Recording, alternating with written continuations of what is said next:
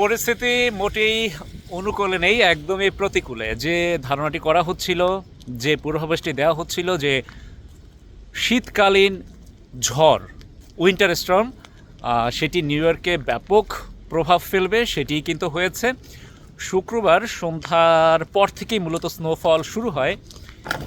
রাত যত বাড়তে থাকে স্নোর মাত্রাও বাড়ে, এবং এ পর্যায়ে এসে সকালে ঘুম থেকে জেগে যারাই ঘরের বাইরে বের হয়েছেন সবাই এত বেশি পরিমাণে স্নোর মুখোমুখি হয়েছেন, এক প্রকার যুদ্ধে নামতে হয়েছে। সেই যুদ্ধটা কি? সেই যুদ্ধটা হচ্ছে প্রত্যেকের ঘরের সামনের যে অংশটুকু রয়েছে ফুটপাত, সেটা কিন্তু যার যার ঘরের সামনে যেটুকু অংশ তাকেই পরিষ্কার করতে হবে। যদি কেউ অবহেলা করে, অর্থাৎ সেই স্নো পরিষ্কার না করে, সেক্ষেত্রে বড় ধরনের জরিমানার একটি বিধান রয়েছে। আমি দেখাই, আমি যে রাস্তার দিকে হাঁটতেছি সেখানে কিন্তু এখনও সেই অর্থে খুব একটা ভালো মতো পরিষ্কার করা হয়নি। আর যারা এসব রাস্তা ব্যবহার করছেন তারা খুব এই স্নোর ভেতর দিয়েই কোনো মতে হেঁটে যাচ্ছেন। স্নো এখনও সেই অর্থে জমে যায়নি, এ কারণে খুব একটা সমস্যা হচ্ছে না। কিন্তু এই স্নো যখন জমে যাবে সেটি একদম শক্ত কঠিন আকার ধারণ করবে, বরফ হয়ে যাবে একদম। তার উপর থেকে যে কারো পিছলে পড়ে যাওয়ার এক ধরনের আশঙ্কা থাকে, এবং পিছলে পড়ে গিয়ে যদি কেউ আহত হন সেক্ষেত্রে কিন্তু তিনি আইনের আশ্রয় নিতে পারেন। এজন্য যেটি বলছিলাম যে রাতে প্রচুর স্নোফল হয়েছে, সেই স্নো পরিষ্কার করা এক ধরনের বড় যুদ্ধ। আমি এখানে একজনকে দেখতে পাচ্ছি, বলছিলাম যে স্নো ঠিক মতো পরিষ্কার করা হয়নি, কিন্তু দেখছি না উনি স্নো পরিষ্কার করছেন এবং মেশিন ব্যবহার করছেন। আমি দেখেছি অনেকে স্নো পরিষ্কার করার জন্য অনেক ধরনের জিনিসপত্র ব্যবহার করেন। অনেকে স্নো পড়ার আগে থেকেই লবণ ছিটিয়ে রাখেন, অনেকে আবার আমরা যেটাকে বলি যে বেলচা, সেটি দিয়ে স্নো সরিয়ে ফেলেন স্নো পড়ার সঙ্গে সঙ্গেই।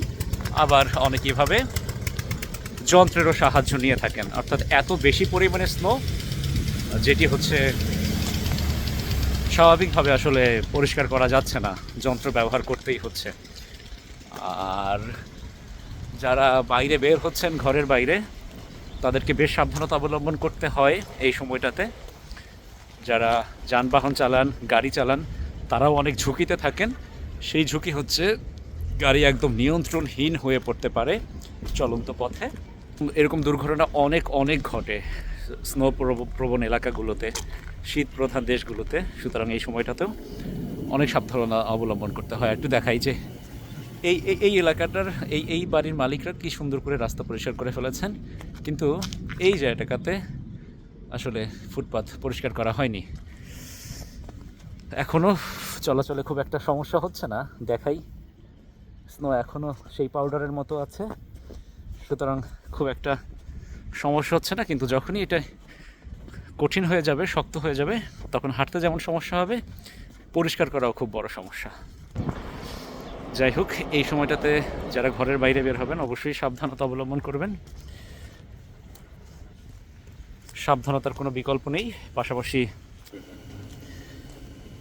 মানে হাত বাইরে রাখা তো খুব কঠিন হয়ে যাচ্ছে। আমি যে ফোন ধরে ভিডিও করছি আসলে সেটিও বেশিক্ষণ বাইরে রাখা যায় না হাত। অর্থাৎ গরম কাপড় পরতে হবে, অনেক বেশি গরম কাপড় পরতে হবে, ঠান্ডা লেগে যেতে পারে। আর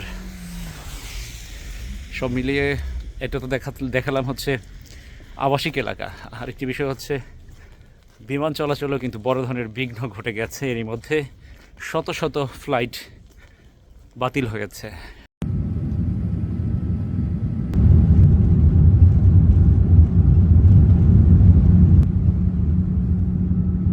সব মিলিয়ে স্নোফলের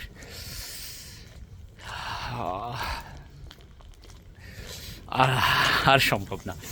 এই যে হাতে আমার ফোন ধরা, আমি আর এই আঙুল আর আমি নাড়াতে পারছি না, এত বেশি শক্ত হয়ে গিয়েছে।